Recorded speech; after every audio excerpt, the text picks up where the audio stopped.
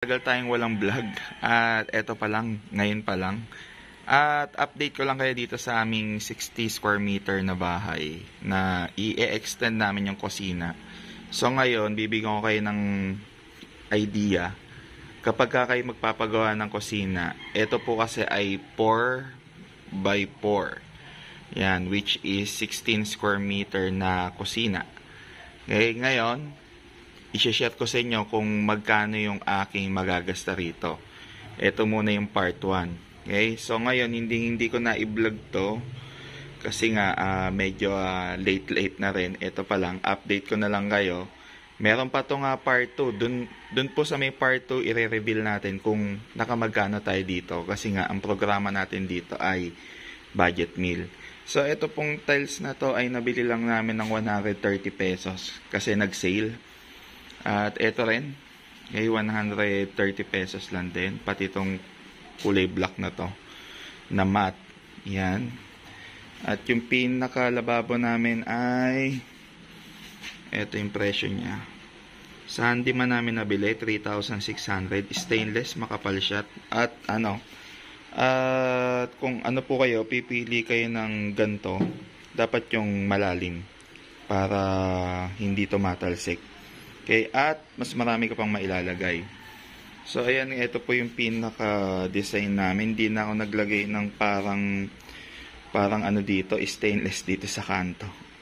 Kasi hindi na raw po uso yun. Sabi lang po nang gumagawa. Pero kayo, kung gusto niyo po magpalagay, pwede naman. Pero po kung yung magtatiles sa inyo magaling, ay matibay naman. Hindi siya masasabit at hindi siya babagsak. Okay? At ayan po, napakamura lang. Ito po ang tiles natin dito sa baba, sa flooring. Sa may 4x4 na gantong klaseng kusina.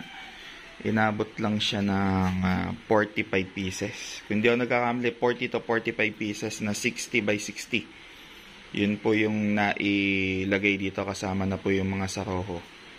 Yung mga kanto-kanto doon. Okay? So, ito po hindi na po namin pinalagyan ng tiles kasi di ba tawag dito, lalagyan na lang ng skim coat. Meron po kaming plano dyan. So, ito na po yung 4x4 na kusina. So, ito pa lang yung sliding. Yan.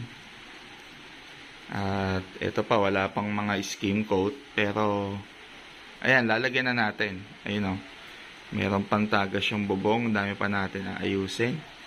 At magkita-kita tayo ulit sa next vlog para po makita nyo yung katapusan nito. Pero po, ito pa lang yung mga nagagawa namin sa ngayon. Pero ipipinish natin to. Okay? Abang-abangan nyo na lang po. Abang-abang sa next vlog. Tapos, iba-vlog din natin yung bahay na yon. Kung magkano magagastos sa ngayong taon na to kapag magpapagawa kayo ng ganyang bahay. Ayan, napakarami na natin ngayon i-vlog, mga ka-budget meal. Pasensya na kayo, ngayon lang ulit. Okay, at syempre salamat din sa patuloy nyo na pagsuporta sa ating vlog.